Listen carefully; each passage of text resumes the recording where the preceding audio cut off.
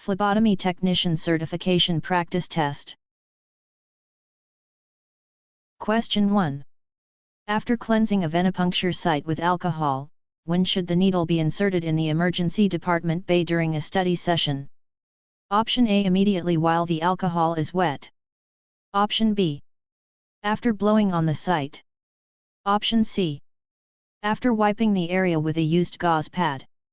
Option D, after the site air dries completely. The correct answer is option D, after the site air dries completely. Allowing alcohol to air dry improves antisepsis and reduces stinging and hemolysis risk. Puncturing through wet alcohol can sting and may affect specimen quality. Blowing on the site contaminates the cleaned area. Used gauze can reintroduce microorganisms to the puncture site. Question 2. How long should a tourniquet generally remain in place before it risks hemoconcentration in the physician office lab during a structured exam prep drill? Option A, no longer than about 1 minute. Option B, at least 5 minutes for every draw. Option C, until all labels are printed. Option D, only after the patient pumps the fist repeatedly. The correct answer is option A, no longer than about 1 minute. Tourniquet application beyond about 1 minute can concentrate blood components and alter some results. 5 minutes is excessive and can distort laboratory values. Administrative delays do not justify prolonged tourniquet use. Repeated fist pumping can also contribute to hemoconcentration. Question 3. When should the tourniquet be released during routine tube collection in the community health screening event during a clinical simulation? Option A, only after the patient leaves. Option B, as soon as blood flow is established and before removing the needle, following policy. Option C, before the needle ever enters the skin in every case. Option D, after 5 minutes to improve the specimen. The correct answer is option B, as soon as blood flow is established and before removing the needle, following policy. Releasing the tourniquet once blood flow is established helps reduce hemoconcentration and patient discomfort. Leaving it on until the patient leaves is unsafe and unnecessary. Removing it before needle entry in every case may make vein access difficult. Prolonged application does not improve specimen quality. Question 4. Why should patients avoid repeatedly pumping the fist during venipuncture in the preoperative testing area during a review? Option A, it sterilizes the collection site. Option B, it prevents all hematomas. Option C, it may alter analytes such as potassium through hemoconcentration and muscle activity. Option D, it guarantees faster clotting in citrate tubes. The correct answer is option C, it may alter analytes such as potassium through hemoconcentration and muscle activity. Repeated fist pumping can change blood composition and affect certain test results. Fist pumping has no antiseptic effect on the skin. Hematoma prevention depends on technique and post-draw pressure, not fist pumping. Citrate tubes are anticoagulated and do not rely on patient fist motion. Question 5. Before proceeding with the draw, which needle gauge is commonly used for routine adult venipuncture with evacuated tubes in the Oncology Infusion Center during a mock exam? Option A, 12-gauge needle. Option B, 30-gauge needle for all adults. Option C, a lancet designed for heel stick only. Option D, 21 or 22-gauge needle.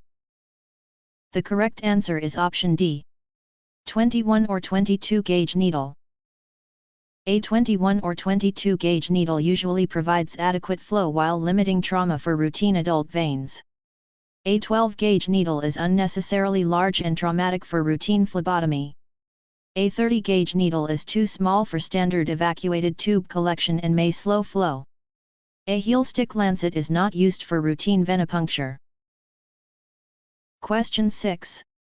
For a patient with a small fragile hand vein, which device may improve control in the dialysis adjacent clinic during a skills check? Option A, winged infusion set with appropriate tube or syringe technique. Option B, large bore blood donation needle. Option C, heel puncture lancet. Option D, unprotected straight needle used without a holder. The correct answer is option A. Winged infusion set with appropriate tube or syringe technique. A winged infusion set offers better control for small or fragile veins when used according to policy. A large bore donation needle is excessive and can injure a small vein. A heel puncture lancet is for dermal puncture, not accessing a hand vein. Using an unprotected straight needle without a holder is unsafe and not standard practice. Question 7. When a butterfly set is used for a coagulation tube, why may a discard tube be needed first in the student skills lab during a practice drill? Option A. The discard tube warms the patient's arm. Option B. The tubing airspace can underfill the citrate tube and disturb the blood to additive ratio. Option C. The discard tube removes EDTA carryover from the skin. Option D. The discard tube replaces patient identification. The correct answer is option B. The tubing airspace can underfill the citrate tube and disturb the blood to additive ratio. Coagulation testing requires a properly filled citrate tube, and butterfly tubing can contain air that affects fill volume. A discard tube is not used to warm the arm. EDTA carryover is managed by order of draw, not by removing it from the skin. No tube can replace proper patient identification. Question 8. If no blood enters the tube after needle insertion, which action is safest first in the occupational health clinic during a scenario? Option A, probe deeply until blood appears. Option B, turn the needle in circles under the skin. Option C, gently adjust needle position while staying within policy and patient comfort limits. Option D, leave the needle in place while searching for another vein. The correct answer is option C. Gently adjust needle position while staying within policy and patient comfort limits. Small, controlled adjustment may correct positioning without excessive tissue trauma. Deep probing increases pain, hematoma risk, and nerve injury risk. Rotating the needle under the skin is traumatic and not appropriate. A needle should not be left in one site while searching elsewhere. Question 9. A patient reports sharp, electric pain down the arm during needle insertion. What should the phlebotomist do in the blood collection station during a competency review? Option A, advance deeper to pass the nerve. Option B, ask the patient to ignore it until the tube fills. Option C, release pressure only after all tubes are collected. Option D, stop the draw, remove the needle safely, and follow facility procedure. The correct answer is option D. Stop the draw, remove the needle safely, and follow facility procedure. Sharp radiating pain can indicate nerve irritation or injury, so the draw should be stopped promptly. Advancing deeper can worsen nerve injury. Ignoring the symptom places the patient at unnecessary risk. Continuing tube collection delays the response to a possible complication. Question 10. During a difficult draw, why should excessive probing be avoided in the outpatient clinic during a final review? Option A. It increases pain, hematoma risk, and possible nerve or tissue injury. Option B. It improves all specimen results. Option C. It sterilizes the vein. Option D. It prevents the need for patient identification. The correct answer is option A. It increases pain, hematoma risk, and possible nerve or tissue injury. Excessive needle movement can damage tissue and compromise patient safety. Probing does not improve laboratory accuracy. Needle movement has no sterilizing effect. Patient identification is always required regardless of draw difficulty. Question 11. If a vein collapses during evacuated tube collection, which change may help on a redraw in the hospital unit during morning rounds during a study session? Option A, use a stronger vacuum tube on the same fragile vein. Option B, use a smaller tube, syringe, or winged set according to policy. Option C. Keep the tourniquet on for several minutes. Option D. Tell the patient to pump the fist continuously. The correct answer is option B. Use a smaller tube, syringe, or winged set according to policy. Reducing vacuum or improving control can help fragile veins tolerate collection. A stronger vacuum can worsen collapse. Prolonged tourniquet time can alter results and increase discomfort. Continuous fist pumping may affect analytes and does not solve vein collapse. Question 12. In a routine phlebotomy scenario, which site should generally be avoided unless specifically approved by policy or provider order in the urgent care laboratory during a structured exam prep drill? Option A. A well-palpated median cubital vein. Option B. An acceptable dorsal hand vein. Option C. A foot or ankle vein. Option D. A suitable cephalic vein.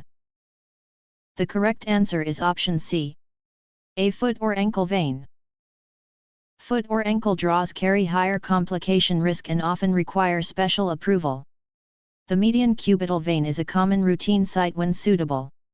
A dorsal hand vein may be acceptable when antecubital veins are unavailable. The cephalic vein can be appropriate when assessed carefully. Question 13. Why should an arm with a dialysis fistula usually be avoided for routine venipuncture in the pediatric clinic during a clinical simulation? Option A. The blood in that arm has no cells. Option B. All tubes drawn from that arm turn blue. Option C. It eliminates the need for a tourniquet. Option D. The fistula must be protected from injury, infection, and altered blood flow. The correct answer is option D. The fistula must be protected from injury, infection, and altered blood flow. A dialysis access site is medically important and should not be used for routine blood collection without specific authorization. Blood in the arm still contains cells. Tube color is determined by the collection container, not the arm. Tourniquet decisions do not remove the risk to a fistula. Question 14. Why is the site of a prior mastectomy often avoided for venipuncture in the long-term care unit during a review? Option A. Lymphatic changes can increase risk for swelling, infection, or complications. Option B. The veins always contain arterial blood. Option C. The skin cannot be cleaned. Option D. All specimens from that side clot immediately. The correct answer is option A. Lymphatic changes can increase risk for swelling, infection, or complications. Mastectomy with lymph node involvement can affect lymph drainage, so the opposite arm is preferred when possible. Venous blood does not become arterial because of mastectomy history. The issue is not an inability to cleanse skin. Specimens do not automatically clot because of collection side. Question 15. When N4 is running in one arm, which collection choice is usually preferred in the mobile collection site during a mock exam? Option A. Draw above the 4 site while fluid is running. Option B. Use the opposite arm when available and follow facility policy. Option C. Collect directly through the 4 tubing without authorization. Option D. Ignore the 4 because additives prevent contamination. The correct answer is option B. Use the opposite arm when available and follow facility policy. Using the opposite arm helps prevent dilution or contamination from 4 fluids. Drawing above a running 4 can contaminate or dilute the specimen. Line draws require authorization and specific procedure. Tube additives do not correct 4 fluid contamination. Question 16. For a CBC collection, which finding makes a venipuncture site a poor choice? Option A. A vein that is palpable and resilient. Option B. Clean intact skin over an antecubital vein. Option C. Edema, burns, scarring, or signs of infection at the site. Option D. A site that allows safe patient positioning. The correct answer is option C. Edema, burns, scarring, or signs of infection at the site. Compromised tissue can affect specimen quality and increase patient risk. so another site should be chosen. A palpable resilient vein is generally a favorable finding. Clean intact skin supports safe site preparation. Safe positioning is desirable for venipuncture. Question 17. A swelling begins forming around the puncture site during collection. What should the phlebotomist suspect in the physician office lab during a practice drill? Option A, proper tube mixing. Option B, successful fasting status. Option C, normal clot retraction in the vein. Option D, hematoma formation. The correct answer is option D. Hematoma formation. Swelling during a draw suggests blood is leaking into surrounding tissue, forming a hematoma. Tube mixing happens after collection and does not cause local swelling. Fasting status cannot be determined by puncture site swelling. Clot retraction is a laboratory process, not a normal event around an active needle site. Question 18. If a hematoma starts to develop during venipuncture, which action is appropriate in the community health screening event during a scenario? Option A, release the tourniquet, remove the needle, and apply pressure. Option B, continue filling all ordered tubes. Option C, massage the swollen area vigorously. Option D, ask the patient to bend the elbow tightly. The correct answer is option A. Release the tourniquet, remove the needle, and apply pressure. Stopping the draw and applying pressure limits further bleeding into the tissue. Continuing the draw can enlarge the hematoma. Vigorous massage can worsen bruising and tissue injury. Bending the elbow can increase bruising and does not provide focused pressure. Question 19. A patient becomes pale and says they feel dizzy during a blood draw. Which response is safest in the preoperative testing area during a competency review?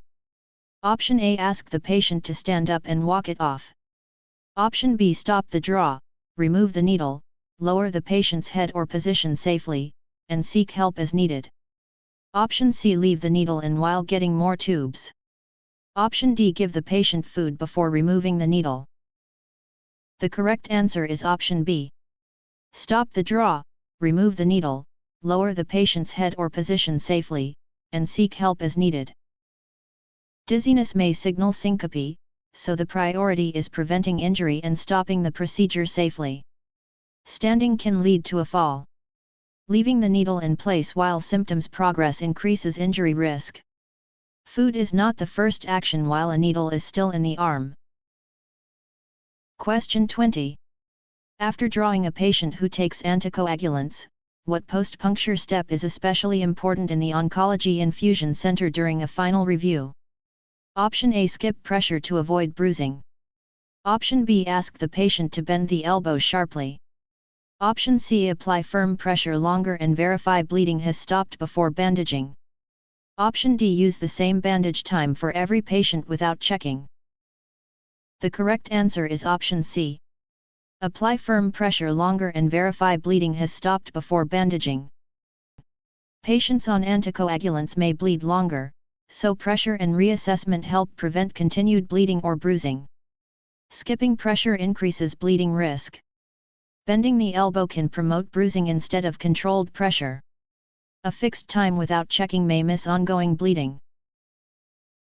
Question 21. Before proceeding with the draw, which action helps prevent a hematoma after removing the needle in the dialysis adjacent clinic during a study session? Option A. Have the patient bend the elbow tightly. Option B, rub the puncture site to spread the blood. Option C, remove the needle before releasing the tourniquet every time. Option D, apply clean gauze with firm pressure while the arm remains straight. The correct answer is option D. Apply clean gauze with firm pressure while the arm remains straight. Focused pressure with the arm straight helps seal the puncture site and limit bruising. Bending the elbow may increase leakage into tissue. Rubbing can disrupt clot formation and worsen bruising. The tourniquet should be released before needle removal to reduce pressure in the vein. Question 22. Bright red pulsating blood appears unexpectedly during a draw. Which concern should the phlebotomist consider in the student skills lab during a structured exam prep drill? Option A, possible arterial puncture. Option B, proper venous flow. Option C, tube additive carryover. Option D, normal capillary refill. The correct answer is option A. Possible arterial puncture. Pulsating bright red blood can indicate arterial access and requires stopping the procedure and applying pressure. Typical venous flow is darker and not pulsatile. Additive carryover affects specimen chemistry, not blood pulsation. Capillary refill is assessed in tissue color return, not tube blood flow. Question 23. In the occupational health clinic, which tube is collected first when blood cultures are ordered with other venipuncture tubes? Option A, lavender EDTA tube. Option B, blood culture bottles or sterile culture tube. Option C, gray fluoride tube. Option D, serum separator tube. The correct answer is option B. Blood culture bottles or sterile culture tube. Blood cultures are collected first to reduce contamination of the sterile specimen. EDTA tubes are collected later to prevent additive carryover. Gray tubes are generally collected after other additive tubes. Serum separator tubes do not take priority over sterile blood culture collection. Question 24. In the standard venipuncture order of draw, which tube usually follows blood cultures in the blood collection station during a review? Option A, lavender EDTA tube. Option B, gray fluoride tube. Option C, light blue sodium citrate tube. Option D, royal blue tube for every test. The correct answer is option C. Light blue sodium citrate tube.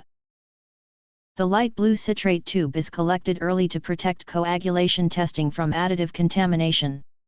EDTA is collected later because it can interfere with coagulation and chemistry tests. Gray fluoride tubes are usually near the end of the order.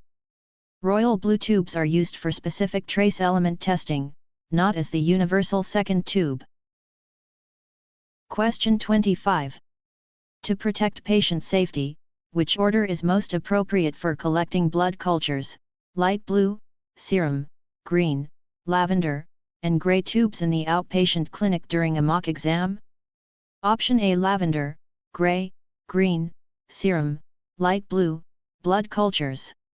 Option B, gray, lavender, green, serum, light blue, blood cultures.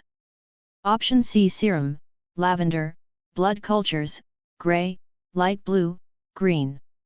Option D, blood cultures, light blue, serum, green, lavender, gray. The correct answer is option D. Blood cultures, light blue, serum, green, lavender, gray. The standard order minimizes additive carryover by collecting sterile cultures first, citrate early, then serum, heparin, EDTA, and glycolytic inhibitor tubes. Starting with lavender risks EDTA contamination of later tubes. Starting with gray places fluoride/oxalate before tubes that could be affected by carryover. Placing cultures after non-sterile tubes increases contamination risk. Question 26. Why does order of draw matter during evacuated tube collection in the hospital unit during morning rounds during a skills check? Option A. It helps prevent additive carryover from altering later specimens. Option B. It makes patient identification optional. Option C. It eliminates the need to mix tubes. Option D. It determines the patient's fasting status. The correct answer is option A. It helps prevent additive carryover from altering later specimens. Additives from one tube can contaminate another tube if collection order is incorrect. Patient identification is required regardless of tube order. Additive tubes still need proper mixing after filling. Fasting status is based on patient preparation, not tube sequence. Question 27. During capillary puncture, which specimen type is generally collected first when ordered in the urgent care laboratory during a practice drill? Option A, serum specimen. Option B, blood gas specimen. Option C, gray top microtube. Option D, non-additive tube after all others. The correct answer is option B. Blood gas specimen. Capillary specimens are collected in an order that protects tests most affected by clotting and air exposure, with blood gases first when required. Serum is not first when blood gases are ordered. Gray microtubes are collected after more time-sensitive capillary specimens. Non-additive tubes are not automatically collected first in capillary order. Question 28. In a routine phlebotomy scenario, which capillary collection order is commonly used after blood gases when EDTA testing is ordered in the pediatric clinic during a scenario? Option A, serum microtube before EDTA for every draw. Option B, gray microtube first even when blood gases are needed. Option C, EDTA microtube before other additive and serum microtubes. Option D. Any order because capillary tubes have no additives. The correct answer is option C. EDTA microtube before other additive and serum microtubes. EDTA microtubes are collected early in capillary collection to reduce clotting in hematology specimens. Serum first collection can allow clotting before the EDTA specimen is filled. Blood gases are more time-sensitive and generally come first if ordered. Many capillary tubes contain additives, so order still matters. Question 29. Before proceeding with the draw, which tube is most appropriate for a routine CBC in the long-term care unit during a competency review? Option A, light blue sodium citrate tube. Option B, gray sodium fluoride tube. Option C, red no additive tube. Option D, lavender top tube containing EDTA. The correct answer is option D. Lavender top tube containing EDTA. EDTA preserves cellular morphology and prevents clotting for hematology testing such as CBC. Citrate is used mainly for coagulation testing. Gray tubes are commonly used for glucose or lactate preservation. A red tube allows serum testing and is not the standard choice for CBC. Question 30. During a final review, which additive is found in a light blue tube used for patient and APTT testing in the mobile collection site during a final review? Option A, sodium citrate. Option B, EDTA. Option C, sodium fluoride with potassium oxalate. Option D, lithium heparin. The correct answer is option A. Sodium citrate. Sodium citrate binds calcium in a controlled ratio so coagulation testing can be performed accurately. EDTA is used mainly for hematology and can interfere with coagulation testing. Fluoride/oxalate is used mainly to preserve glucose or lactate.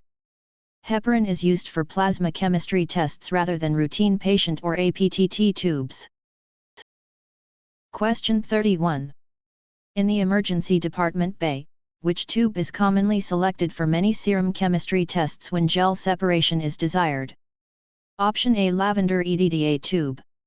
Option B, serum separator tube with clot activator and gel. Option C, light blue citrate tube. Option D, gray fluoride tube only. The correct answer is option B. Serum separator tube with clot activator and gel. A serum separator tube allows clotting and then separates serum from cells using gel after centrifugation. EDTA plasma is not serum and can interfere with some chemistry tests. Citrate plasma is intended primarily for coagulation testing. Gray tubes preserve glucose but are not the general serum separator choice. Question 32. For a patient/INR collection, which tube is commonly associated with heparinized plasma chemistry testing? Option A, lavender top tube. Option B, light blue top tube. Option C, green top tube.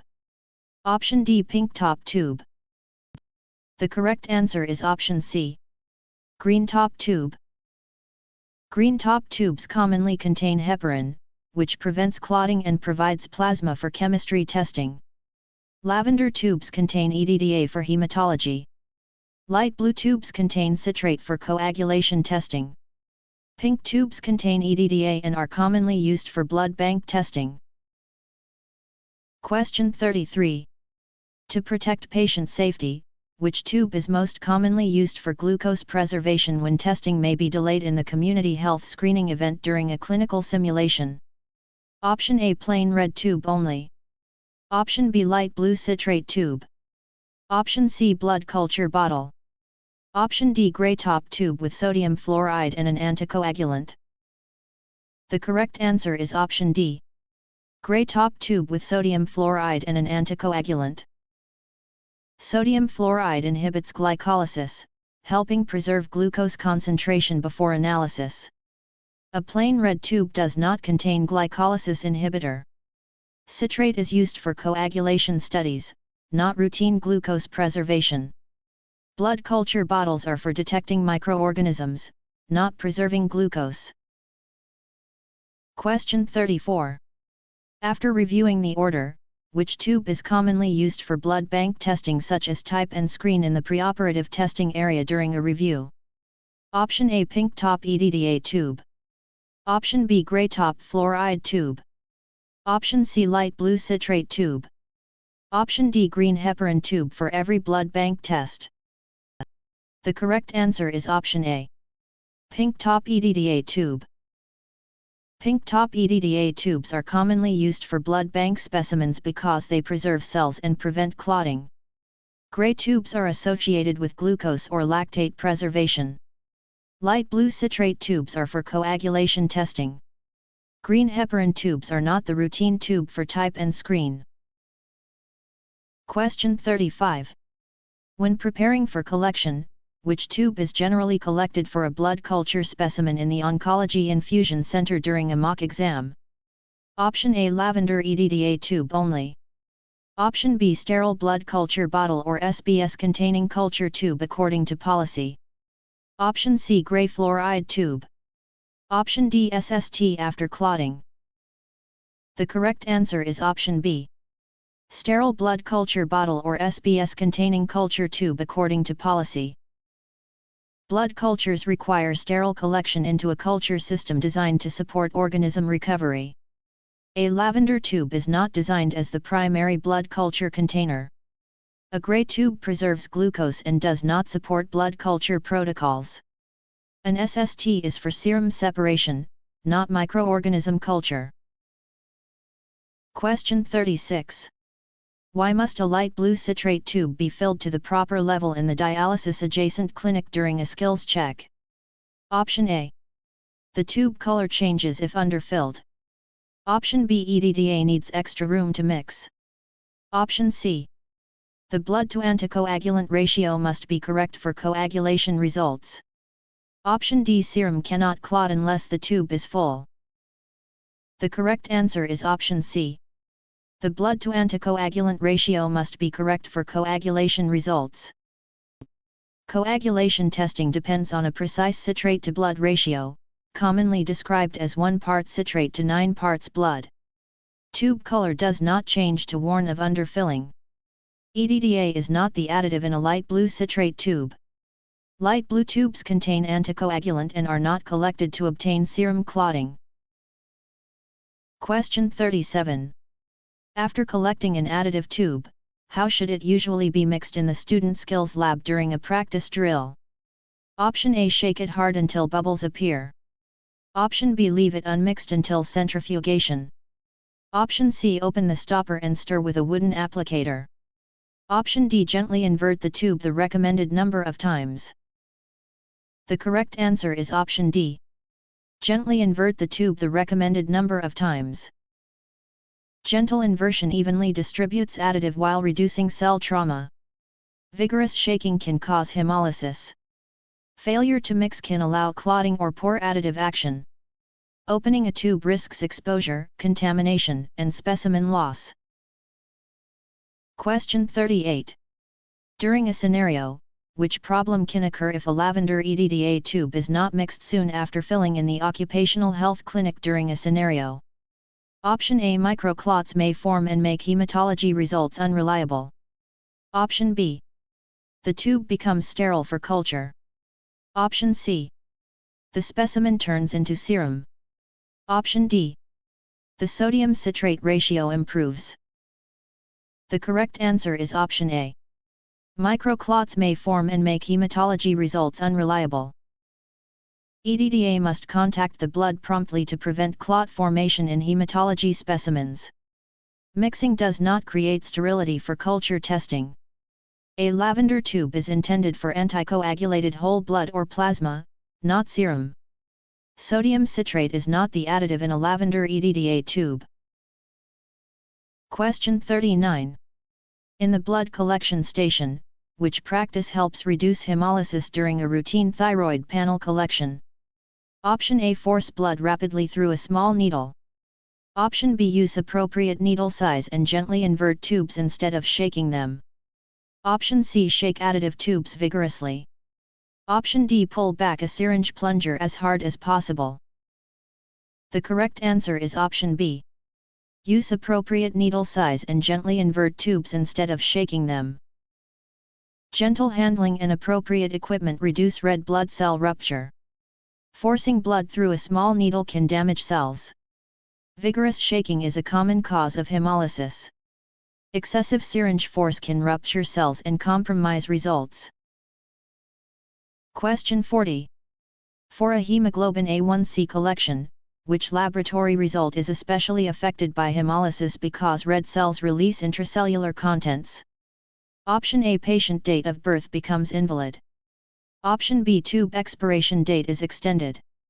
Option C. Potassium may be falsely increased. Option D. Tourniquet pressure becomes lower. The correct answer is option C. Potassium may be falsely increased. Hemolysis releases intracellular potassium from red blood cells and can falsely elevate measured potassium. Patient demographics are not changed by cell rupture. A specimen problem cannot extend tube expiration. Tourniquet pressure is unrelated to the analyzer result after hemolysis. Question 41. When using a syringe for blood transfer, which method best protects specimen quality in the hospital unit during morning rounds during a study session? Option A. Remove the tube stopper and push blood in forcefully. Option B. Squirt blood through the needle into each tube. Option C. Shake each tube hard to remove clots. Option D. Use a safety transfer device and allow blood to flow gently into tubes. The correct answer is option D. Use a safety transfer device and allow blood to flow gently into tubes. A safety transfer device reduces needle stick risk and minimizes pressure-related cell damage. Removing stoppers increases exposure and contamination risk.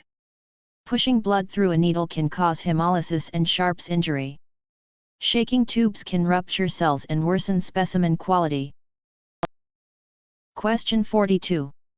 Why should alcohol be allowed to dry before puncture in the urgent care laboratory during a structured exam prep drill? Option A. Wet alcohol can cause stinging and may contribute to hemolysis or specimen contamination. Option B. Dry alcohol makes the tube additive stronger. Option C. Wet alcohol improves vein anchoring. Option D. Alcohol drying replaces tourniquet use. The correct answer is option A. Wet alcohol can cause stinging and may contribute to hemolysis or specimen contamination. Air drying supports proper antisepsis and prevents wet alcohol from entering the specimen path. Drying does not change the chemical strength of tube additives. Vein anchoring depends on hand technique, not wet alcohol. Tourniquet use is a separate step for vein distension. Question 43. When preparing for collection, which specimen often requires protection from light after collection in the pediatric clinic during a clinical simulation?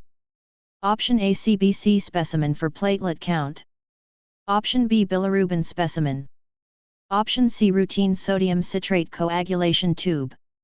Option D. Blood culture bottle during incubation. The correct answer is option B. Bilirubin specimen.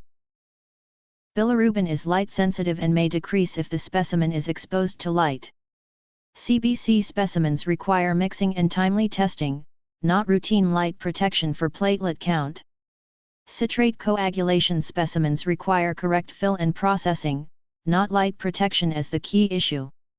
Blood cultures require sterile handling and incubation, not wrapping for light protection as the primary step. Question 44. In a routine phlebotomy scenario, which specimen commonly requires rapid transport on ice or chilled handling according to policy in the long-term care unit during a review? Option A, routine CBC kept for the next day. Option B, serum separator tube for a lipid panel after clotting only. Option C, ammonia specimen. Option D, blood culture bottle placed in the freezer. The correct answer is option C, ammonia specimen. Ammonia specimens are time-sensitive and commonly require chilling and prompt processing. A routine CBC should not simply be held for the next day without stability guidance. A lipid panel does not share the same immediate chilled handling requirement as ammonia. Blood culture bottles should not be frozen because organisms must remain viable for detection. Question 45. Before proceeding with the draw, which action best maintains specimen integrity during transport to the laboratory in the mobile collection site during a mock exam? Option A, store every specimen at room temperature overnight. Option B, centrifuge every tube immediately regardless of type. Option C, place all blood specimens in direct sunlight. Option D, follow required time, temperature, light, and handling instructions for the ordered test. The correct answer is option D. Follow required time, temperature, light, and handling instructions for the ordered test. Different tests have specific stability requirements, so handling must match the test and facility policy. Overnight room temperature storage can make many specimens unacceptable. Some tubes should not be centrifuged immediately or at all before required steps. Sunlight can degrade light-sensitive analytes and warm specimens. Question 46. If a specimen must be transported cold, which approach is appropriate in the emergency department bay during a skills check? Option A, place the specimen in the approved cooling method without direct water contamination. Option B, submerge the tube in loose ice water. Option C, hold it in a bare hand to keep it visible. Option D, place it near a heater until pickup. The correct answer is option A. Place the specimen in the approved cooling method without direct water contamination. Cooling must preserve the required temperature while protecting the label and tube from contamination or leakage. Loose ice water can damage labels and create contamination issues. Holding the specimen warms it and defeats the cold requirement. A heater can destabilize temperature-sensitive analytes. Question 47. In the physician office lab, which situation is a common reason for specimen rejection? Option A, collector wore gloves. Option B, wrong tube type or insufficient specimen volume. Option C, patient stated date of birth. Option D, tube was labeled at the bedside. The correct answer is option B. Wrong tube type or insufficient specimen volume. Wrong container choice or inadequate volume can prevent accurate testing and may require recollection. Wearing gloves is expected when blood exposure is possible. Patient-stated identifiers support accurate identification. Bedside labeling is the correct practice. Question 48. Why should tube expiration dates be checked before collection in the community health screening event during a scenario? Option A, expired tubes identify patients faster. Option B, expired tubes prevent hemolysis in every case. Option C, expired tubes may have inadequate vacuum or unreliable additive performance. Option D, expired tubes are required for coagulation testing. The correct answer is option C. Expired tubes may have inadequate vacuum or unreliable additive performance.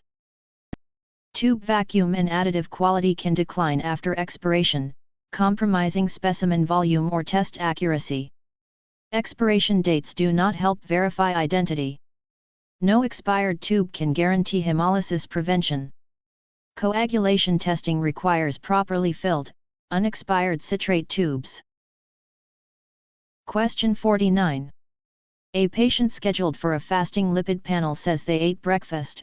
Which action is best in the preoperative testing area during a competency review? Option A, draw the specimen and write fasting on the label. Option B, tell the patient not to mention the meal. Option C. Cancel every test without notifying anyone. Option D. Follow facility policy by notifying the appropriate person and documenting or rescheduling as directed. The correct answer is option D. Follow facility policy by notifying the appropriate person and documenting or rescheduling as directed. Fasting status affects certain tests, so the discrepancy must be handled through policy and communication. Marking the specimen as fasting would be inaccurate documentation. Hiding the meal prevents proper interpretation of results. Canceling without communication may disrupt care and exceed the phlebotomist's role. Question 50. Why is fasting status important before some chemistry tests in the Oncology Infusion Center during a final review? Option A. Food intake can alter analytes such as glucose or lipids. Option B. Food changes the patient's legal name. Option C. Fasting makes needles sterile. Option D. Fasting eliminates the need for tube mixing. The correct answer is option A. Food intake can alter analytes such as glucose or lipids. Some blood values vary after eating, so fasting helps standardize interpretation. Food intake does not affect patient identity. Sterility comes from equipment and technique, not fasting. Additive tubes still require proper mixing regardless of fasting status. Question 51.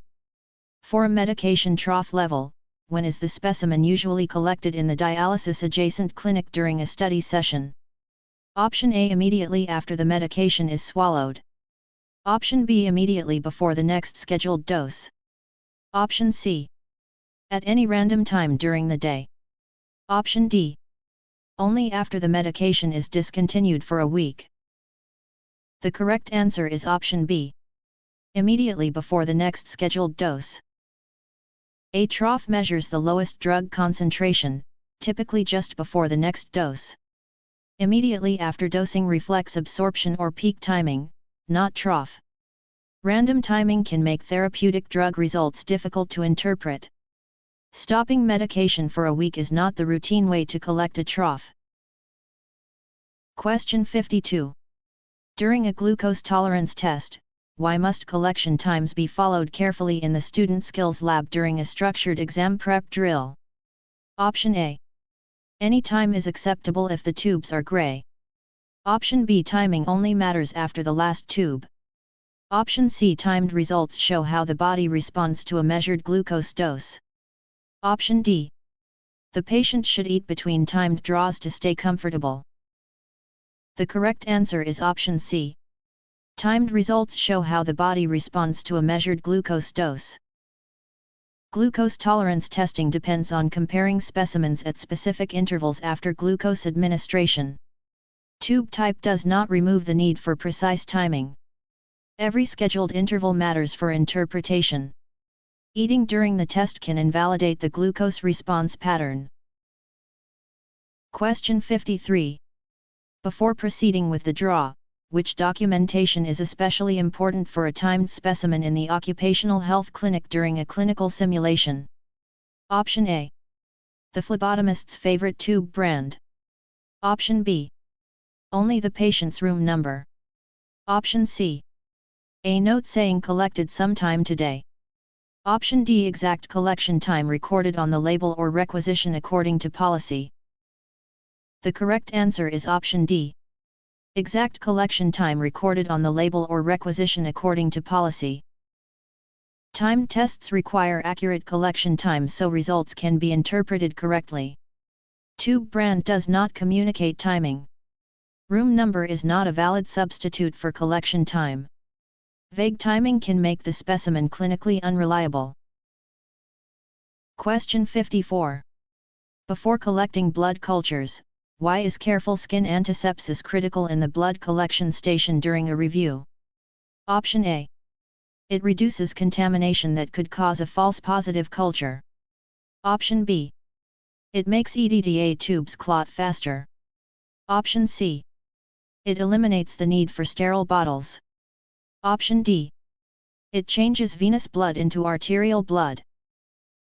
The correct answer is option A. It reduces contamination that could cause a false positive culture. Blood cultures are highly sensitive to skin organisms, so antisepsis helps ensure organisms detected are clinically meaningful. EDTA clotting is unrelated to culture site preparation. Sterile collection containers are still required. Skin antisepsis does not change the type of blood collected. Question 55. When collecting blood cultures with other tubes, which priority is most important in the outpatient clinic during a mock exam? Option A. Collect cultures after gray tubes. Option B. Maintain sterility and collect cultures before non-sterile tubes. Option C. Touch the bottle tops after cleaning to confirm dryness. Option D. Use a non-sterile transfer cup. The correct answer is option B. Maintain sterility and collect cultures before non-sterile tubes. Blood cultures must be protected from contamination because false positives can lead to unnecessary treatment. Collecting cultures after other tubes increases contamination risk. Touching clean tops can recontaminate them. A non-sterile transfer process defeats the purpose of sterile collection. Question 56. If using a winged set for blood cultures, why is bottle order guided by facility policy in the hospital unit during morning rounds during a skills check? Option A. The order determines the patient's identity. Option B. The order prevents the need to clean the site. Option C. Air in the tubing can affect which bottle should be filled first. Option D. The order makes the needle reusable. The correct answer is option C. Air in the tubing can affect which bottle should be filled first. Butterfly tubing contains air, and culture bottle order may be chosen to manage that air safely. Bottle order does not verify patient identity. Skin and bottle antisepsis are still required. Needles are single-use and cannot be reused. Question 57. For a legal blood alcohol collection, which requirement is especially important in the urgent care laboratory during a practice drill? Option A. Use alcohol swabs for every blood alcohol specimen. Option B. Leave the specimen unlabeled until court. Option C. Let the patient carry the open tube to the lab. Option D. Maintain chain of custody documentation and use the required non-alcohol antiseptic if specified. The correct answer is option D. Maintain chain of custody documentation and use the required non-alcohol antiseptic if specified. Legal specimens require strict identity, handling, and documentation controls to preserve admissibility and integrity. Alcohol antiseptic may contaminate alcohol testing and may be prohibited by protocol. Unlabeled legal specimens break traceability. Allowing the patient to carry an open specimen compromises custody and security. Question 58. After reviewing the order, which action best supports chain of custody for a drug screen specimen in the pediatric clinic during a scenario? Option A. Document each person who handles the specimen from collection to transfer. Option B. Use only verbal handoff with no signatures. Option C. Store the specimen in an unlocked public area. Option D. Discard the seal after collection. The correct answer is option A. Document each person who handles the specimen from collection to transfer. Chain of custody proves who had control of the specimen at each step. Verbal handoff alone does not create a traceable legal record. Unsecured storage can compromise specimen integrity. A broken or discarded seal weakens evidence of tamper control.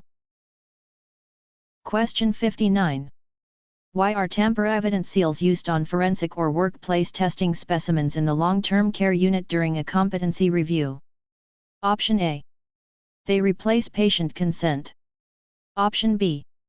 They help show whether the specimen was opened or altered after collection. Option C. They make refrigeration unnecessary for all tests. Option D. They prevent the need for a requisition. The correct answer is option B. They help show whether the specimen was opened or altered after collection. Tamper-evident seals support specimen integrity by making unauthorized opening visible. A seal does not replace required consent or authorization. Temperature requirements still depend on the test. A requisition or custody form is still needed for proper processing. Question 60. For an infant heel stick, which area is safest for puncture in the mobile collection site during a final review? Option A, posterior curvature of the heel. Option B, center of the arch. Option C, medial or lateral plantar surface of the heel. Option D, tip of the great toe. The correct answer is option C, medial or lateral plantar surface of the heel. The medial or lateral plantar heel avoids deeper structures when an appropriate lancet depth is used. The posterior curvature increases risk of bone injury. The arch is not an approved heel stick site. The great toe is not the standard infant heel stick site. Question 61. Why should an infant heel puncture not be too deep in the emergency department bay during a study session? Option A. A deeper puncture always prevents hemolysis. Option B, depth determines the tube color. Option C. A deep puncture replaces the need for warming. Option D, excessive depth can injure bone or deeper tissue. The correct answer is option D. Excessive depth can injure bone or deeper tissue. Infants have small heels, and excessive lancet depth can damage underlying structures. Deeper puncture can increase injury and does not guarantee specimen quality. Tube color is selected by test requirements, not puncture depth. Warming is a separate step used to improve blood flow when appropriate. Question 62. During a structured exam prep drill, which finger is generally preferred for adult capillary puncture in the physician office lab during a structured exam prep drill? Option A, middle or ring finger on the palmar surface near the side of the fingertip. Option B, thumb pad for every test. Option C, index fingertip in all adults. Option D, little finger near the bone. The correct answer is option A. Middle or ring finger on the palmar surface near the side of the fingertip. The middle or ring finger usually has adequate tissue and less callus than other fingers. The thumb may be more calloused and is not the routine first choice. The index finger is often more sensitive and calloused. The little finger has less tissue over bone and higher injury risk. Question 63. After a finger puncture, why is the first drop of blood commonly wiped away in the community health screening event during a clinical simulation? Option A. It contains only white blood cells. Option B. It may contain tissue fluid or contaminants that can affect the specimen. Option C. It proves the patient is fasting. Option D. It activates the tube vacuum. The correct answer is option B. It may contain tissue fluid or contaminants that can affect the specimen. The first drop can be diluted with tissue fluid or skin contaminants, so wiping it improves specimen quality for many tests. The first drop is not composed only of white blood cells. Fasting status cannot be determined from the first drop. Capillary collection does not depend on evacuated tube vacuum at the puncture site. Question 64. How can warming a capillary puncture site help collection in the preoperative testing area during a review? Option A. It sterilizes the skin completely. Option B. It removes the need to identify the patient. Option C. It increases local blood flow when used safely. Option D. It makes every specimen suitable for culture. The correct answer is option C. It increases local blood flow when used safely. Warmth can improve capillary blood flow and reduce the need for excessive squeezing. Warming does not sterilize skin. Patient identification is still mandatory. Capillary specimens are not automatically suitable for blood culture collection. Question 65. Why should excessive squeezing or milking be avoided during capillary collection in the Oncology Infusion Center during a mock exam? Option A. It improves all glucose results. Option B. It makes EDTA unnecessary. Option C. It prevents clotting in serum tubes. Option D. It can dilute the specimen with tissue fluid and cause hemolysis. The correct answer is option D. It can dilute the specimen with tissue fluid and cause hemolysis. Excessive pressure can alter specimen composition and damage cells. Glucose results can be affected by poor specimen quality rather than improved. EDTA is still needed when an EDTA microtube is required. Serum tubes are intended to clot and are not protected by squeezing. Question 66. When is dermal puncture commonly preferred over venipuncture in the dialysis-adjacent clinic during a skills check? Option A. For some infants, small volume tests, or patients with difficult veins when appropriate. Option B. For every blood culture set. Option C. For all coagulation studies regardless of policy. Option D. Whenever patient identification is incomplete. The correct answer is option A. For some infants, small volume tests, or patients with difficult veins when appropriate. Dermal puncture can be useful when only small volumes are needed or venipuncture is difficult. Blood cultures usually require sterile venipuncture collection and adequate volume. Coagulation testing has strict specimen requirements and is not automatically dermal. Incomplete identification must be resolved before any collection method. Question 67. A child begins to pull away during a draw. Which action supports safety in the student skills lab during a practice drill? Option A. Continue while the arm is moving. Option B. Pause if needed and obtain appropriate assistance for safe positioning according to policy. Option C. Scold the child until they stop. Option D. Ask another child to hold the arm. The correct answer is option B. Pause if needed and obtain appropriate assistance for safe positioning according to policy. Safe positioning prevents sudden movement that could injure the child or phlebotomist. Continuing while the arm moves increases injury risk. Scolding is not therapeutic and can escalate fear. Another child is not appropriate assistance for a procedure. Question 68. In a routine phlebotomy scenario, which explanation is best for a young child before a finger stick in the occupational health clinic during a scenario? Option A. Tell the child nothing will happen. Option B. Use detailed adult medical terminology. Option C. Use simple honest words such as a quick pinch and explain what they can do to help. Option D. Promise a toy only if they do not cry. The correct answer is option C. Use simple honest words such as a quick pinch and explain what they can do to help. Age-appropriate honesty helps the child understand and cooperate without unnecessary fear. Saying nothing will happen is misleading. Complex terminology can confuse or frighten a young child. Tying a reward to not crying can shame a normal fear response. Question 69.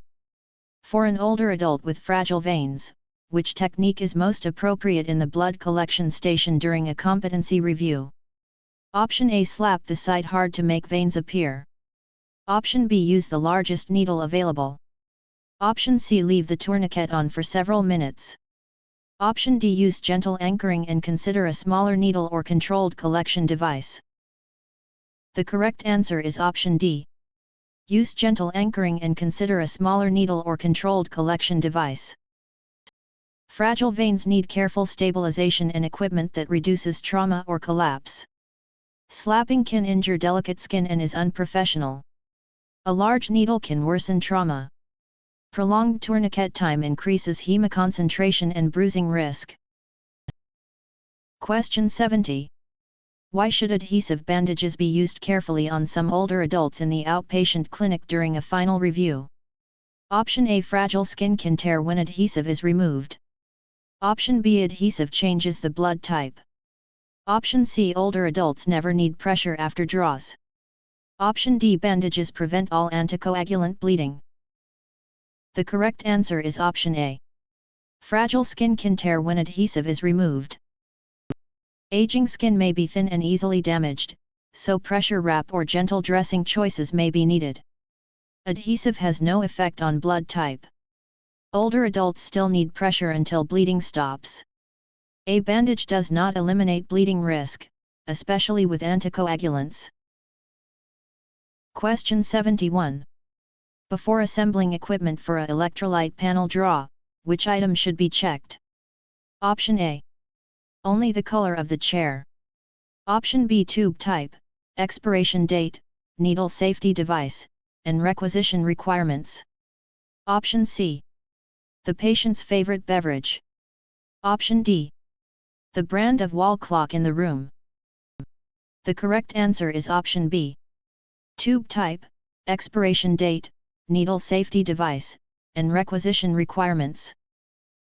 Checking supplies before collection helps prevent wrong container use, expired tubes, and safety device problems. Chair color has no role in specimen acceptability. Favorite beverage is not part of collection equipment verification.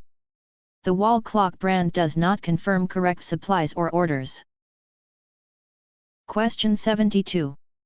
For a therapeutic drug level collection, which sequence is safest after blood has entered the final tube? Option A. Withdraw needle with tourniquet tight and no gauze ready. Option B. Activate safety device before removing the needle from the arm. Option C. Release tourniquet, remove tube, place gauze, withdraw needle, activate safety device, apply pressure. Option D. Remove the needle and recap it before pressure. The correct answer is option C. Release tourniquet, remove tube, place gauze, withdraw needle, activate safety device, apply pressure. The final steps should reduce venous pressure, prepare for bleeding control, and secure the sharp immediately. Withdrawing with the tourniquet tight can increase bleeding and bruising. Most safety devices are activated after withdrawal unless the device instructions say otherwise. Recapping a contaminated needle creates sharp injury risk. Question 73. To protect patient safety, which action should occur before leaving the patient after venipuncture in the pediatric clinic during a clinical simulation? Option A. Leave while blood is still oozing. Option B. Tell the patient to remove the bandage immediately. Option C. Dispose of sharps after walking to another room. Option D. Confirm bleeding has stopped and provide appropriate post-draw instructions. The correct answer is option D. Confirm bleeding has stopped and provide appropriate post-draw instructions. Post-draw assessment helps prevent bleeding, bruising, and delayed complications. Leaving active bleeding unattended is unsafe. Immediate bandage removal can restart bleeding. Sharps must be disposed of promptly in the collection area. Question 74. Why is patient positioning important before venipuncture in the long-term care unit during a review? Option A. It reduces the risk of falls or injury if the patient becomes dizzy. Option B. It makes labeling unnecessary. Option C. It changes EDTA into citrate. Option D. It allows the needle to be reused safely. The correct answer is option A. It reduces the risk of falls or injury if the patient becomes dizzy. A seated or lying position with arm support protects the patient if syncope occurs. Proper positioning does not replace specimen labeling. Body position does not change tube additives. Needles are single-use and cannot be reused. Question 75. When preparing for collection, which patient instruction is appropriate after a routine venipuncture in the mobile collection site during a mock exam? Option A. Scratch the site if it feels itchy. Option B. Keep pressure on the site and avoid heavy lifting with that arm for a short time if advised. Option C. Remove the bandage while still bleeding. Option D. Bend the elbow tightly for 10 minutes. The correct answer is option B. Keep pressure on the site and avoid heavy lifting with that arm for a short time if advised. Post-draw instructions support clot formation and reduce bruising or bleeding. Scratching can disrupt the site and introduce contamination. Removing a bandage during bleeding can restart or worsen bleeding. Bending the elbow tightly can increase bruising. Question 76. In a routine phlebotomy scenario, which laboratory department commonly performs CBC testing in the emergency department bay during a skills check? Option A. Microbiology only. Option B. Blood bank only. Option C. Hematology. Option D. Histology only. The correct answer is option C. Hematology. Hematology evaluates blood cells and commonly performs CBC testing. Microbiology focuses on organisms and cultures. Blood bank focuses on compatibility and transfusion-related testing. Histology focuses on tissue specimens rather than routine CBC testing. Question 77. Before proceeding with the draw, which department usually performs patient and APTT coagulation testing in the physician office lab during a practice drill? Option A, urinalysis only. Option B, microbiology culture bench only. Option C, cytology screening only. Option D, coagulation or hematology coagulation section. The correct answer is option D. Coagulation or hematology coagulation section. Coagulation testing evaluates clotting pathways and is commonly handled in a coagulation section. Urinalysis focuses on urine specimens. Microbiology culture benches identify organisms rather than routine clotting times. Cytology examines cells for diagnostic changes, not standard coagulation studies. Question 78. During a scenario, which department is most associated with blood cultures in the community health screening event during a scenario? Option A, microbiology. Option B, blood bank compatibility only. Option C, histology tissue processing. Option D, chemistry electrolyte analysis only. The correct answer is option A. Microbiology. Microbiology processes cultures to detect and identify microorganisms. Blood bank testing focuses on transfusion compatibility. Histology processes tissue rather than blood culture bottles. Chemistry analyzes chemical constituents and is not the main culture department. Question 79. In the preoperative testing area, which department commonly performs type and screen testing? Option A, microbiology only. Option B, blood bank or transfusion services. Option C, chemistry only. Option D, parasitology stool testing only. The correct answer is option B. Blood bank or transfusion services. Blood bank testing supports transfusion safety by determining blood type and antibody screen results. Microbiology focuses on infectious organisms. Chemistry focuses on analytes such as glucose and electrolytes. Parasitology stool testing does not perform transfusion compatibility testing. Question 80. For a fasting glucose collection, which department commonly analyzes electrolytes such as sodium and potassium? Option A, histology. Option B, blood bank compatibility bench. Option C, chemistry. Option D, cytogenetics only. The correct answer is option C. Chemistry. Chemistry measures dissolved analytes such as electrolytes, enzymes, hormones, and metabolites. Histology focuses on tissues. Blood bank compatibility testing is not the routine electrolyte section. Cytogenetics focuses on chromosomes or genetic studies, not routine electrolytes. Question 81. To protect patient safety, which practice is part of phlebotomy quality assurance in the dialysis-adjacent clinic during a study session? Option A, ignoring mislabeled specimens if the patient is well known. Option B, changing tube labels after results are reported. Option C, skipping competency checks for experienced staff. Option D, tracking specimen errors and using corrective action to prevent recurrence. The correct answer is option D. Tracking specimen errors and using corrective action to prevent recurrence. Quality assurance identifies errors and improves processes so patients receive reliable results. Familiarity with a patient does not make a mislabeled specimen acceptable. Changing labels after reporting hides errors and compromises traceability. Competency checks help maintain consistent safe practice for all staff. Question 82. Why are competency assessments important for phlebotomists in the student skills lab during a structured exam prep drill? Option A. They verify that staff can perform required skills safely and consistently. Option B. They replace all written procedures. Option C. They allow staff to ignore order of draw. Option D. They are only for patients who complain. The correct answer is option A. They verify that staff can perform required skills safely and consistently. Competency assessment supports safe patient care and consistent specimen quality. Written procedures are still needed as standards for practice.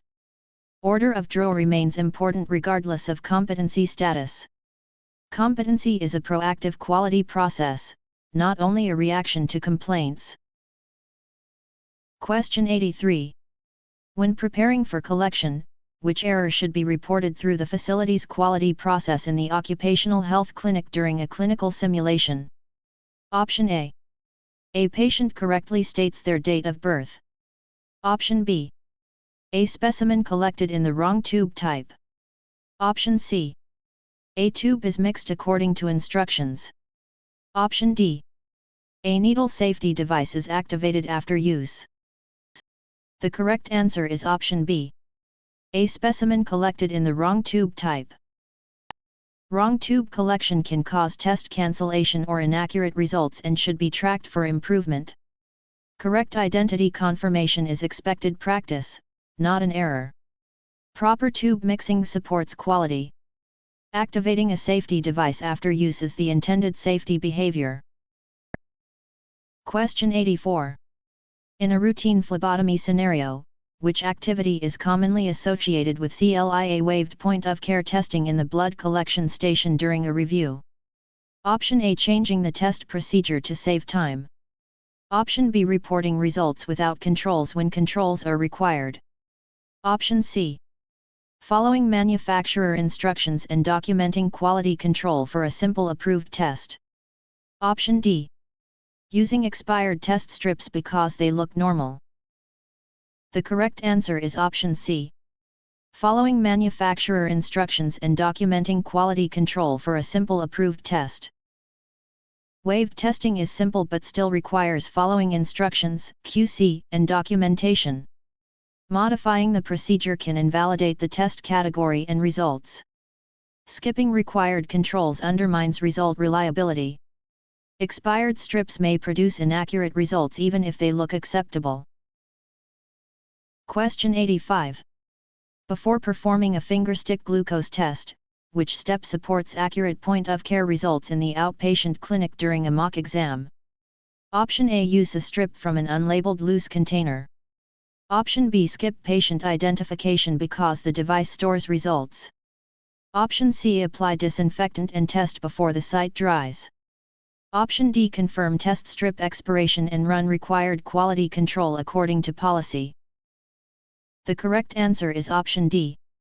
Confirm test strip expiration and run required quality control according to policy. Expiration checks and QC help ensure the device and strips are producing reliable results. Loose unlabeled strips may be expired or contaminated. Device storage does not replace identifying the patient. Testing before the site dries can contaminate or dilute the sample. Question 86. Why must abnormal point-of-care results be handled according to facility policy in the hospital unit during morning rounds during a skills check? Option A. Critical or unexpected results may require confirmation, documentation, or immediate notification. Option B. Abnormal results should always be erased. Option C. Only normal results belong in the medical record. Option D. The patient should interpret the result without staff involvement. The correct answer is option A. Critical or unexpected results may require confirmation, documentation, or immediate notification. Policies define how to verify, document, and communicate results that may affect patient care. Erasing abnormal results hides clinically important information. Both normal and abnormal results may require documentation. Patients should receive appropriate clinical guidance rather than interpreting serious results alone. Question 87. In the urgent care laboratory, which blood component is primarily responsible for carrying oxygen? Option A. Sodium citrate in plasma. Option B, hemoglobin inside red blood cells. Option C, platelet granules only.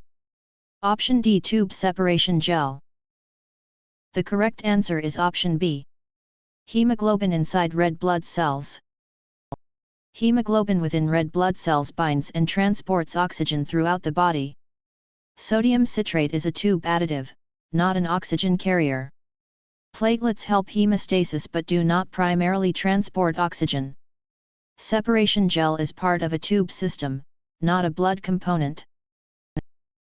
Question 88. For a bilirubin collection, which blood component is most directly involved in forming the initial platelet plug? Option A, albumin only. Option B, glucose molecules. Option C, platelets. Option D, chloride ions. The correct answer is option C. Platelets. Platelets adhere and aggregate at injury sites to begin primary hemostasis. Albumin helps maintain oncotic pressure and transport substances but is not the platelet plug. Glucose is an energy source, not a clotting cell fragment. Chloride is an electrolyte and does not form platelet plugs. Question 89. To protect patient safety, which vessel type is normally used for routine venipuncture in the long-term care unit during a competency review? Option A, artery. Option B, lymphatic duct. Option C, tendon sheath. Option D, vein.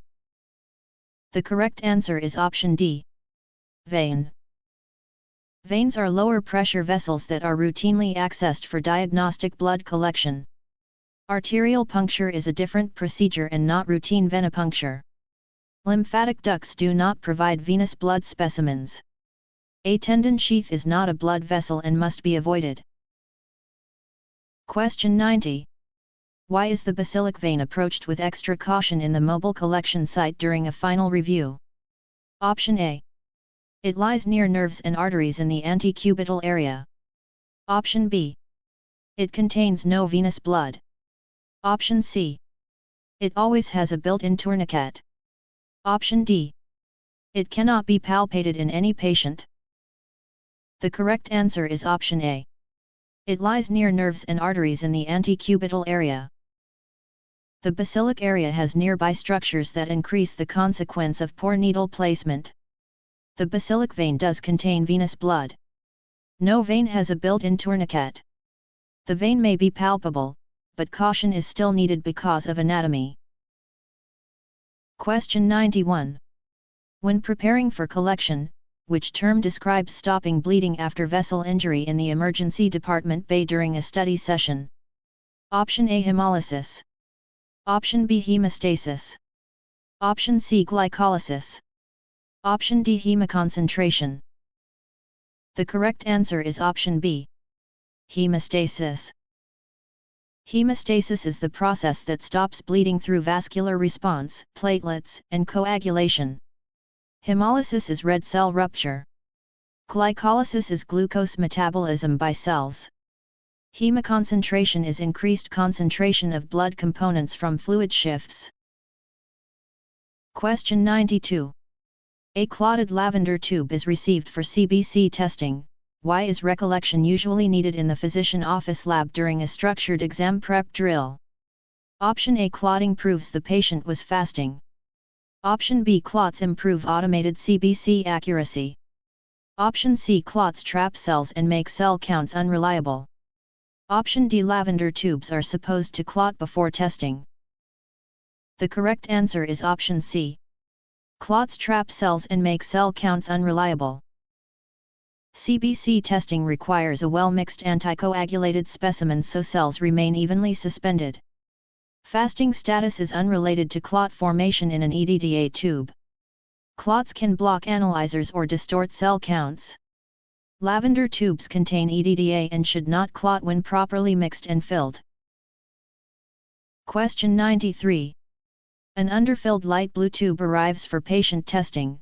What is the main concern in the community health screening event during a clinical simulation? Option A. The specimen will become a blood culture. Option B. The tube will automatically refill in the lab.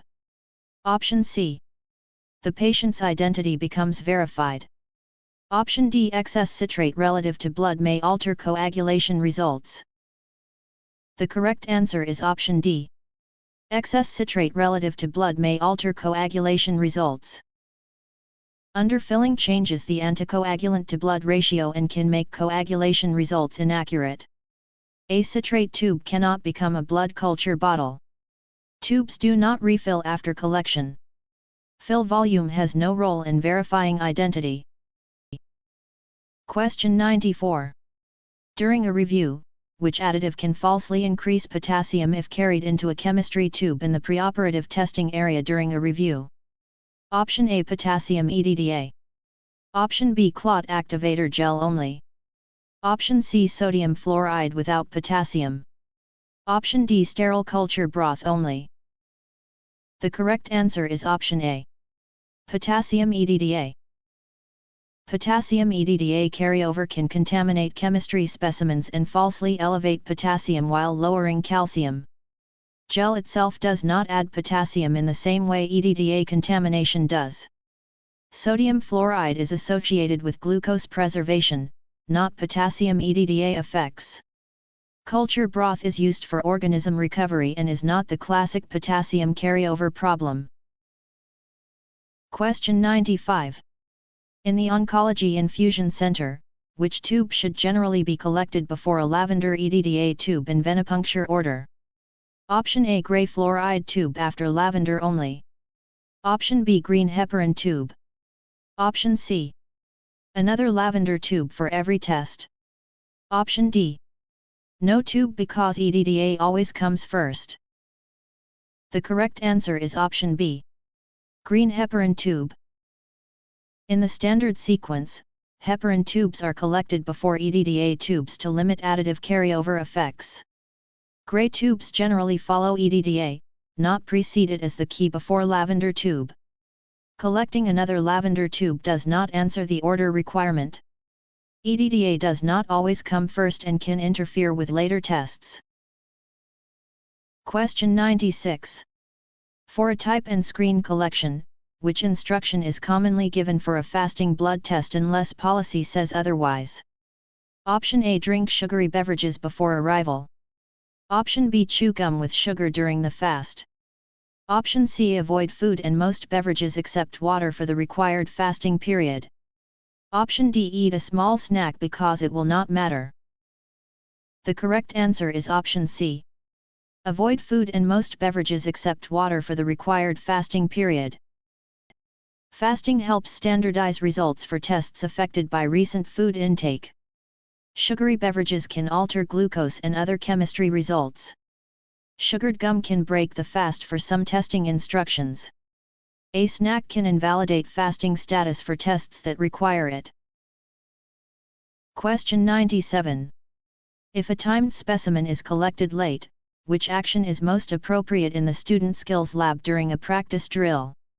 Option A. Write the scheduled time on the label anyway. Option B. Discard the requisition without telling anyone. Option C. Change the patient's medication schedule independently. Option D. Document the actual collection time and notify the appropriate person according to policy. The correct answer is option D. Document the actual collection time and notify the appropriate person according to policy. Actual collection time is necessary to interpret timed results and decide whether recollection is needed. Writing the scheduled time is inaccurate documentation. Discarding the order without communication disrupts care. Medication timing decisions are outside routine phlebotomy authority.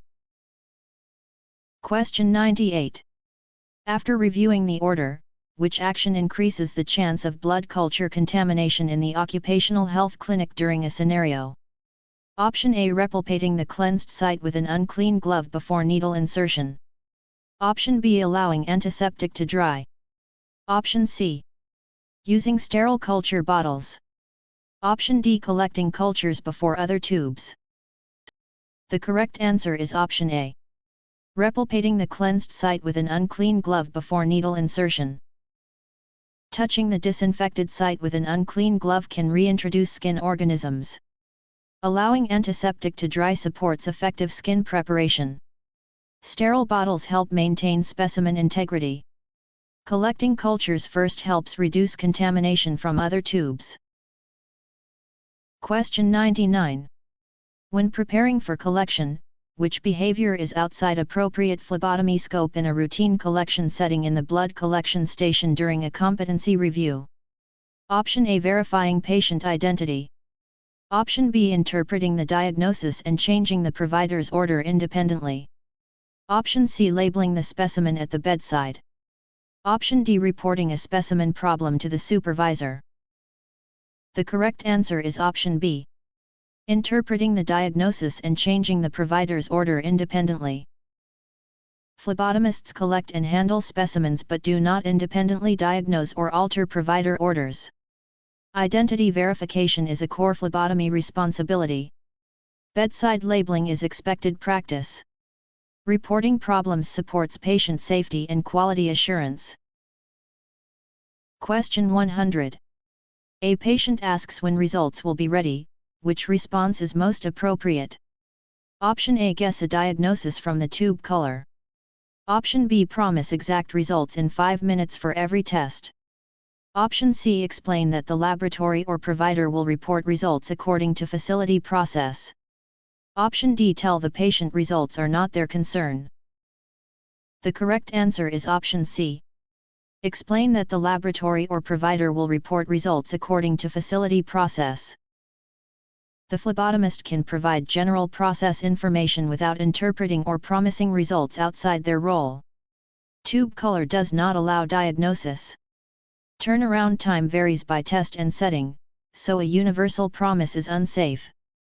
Dismissive language is unprofessional and does not support patient-centered care.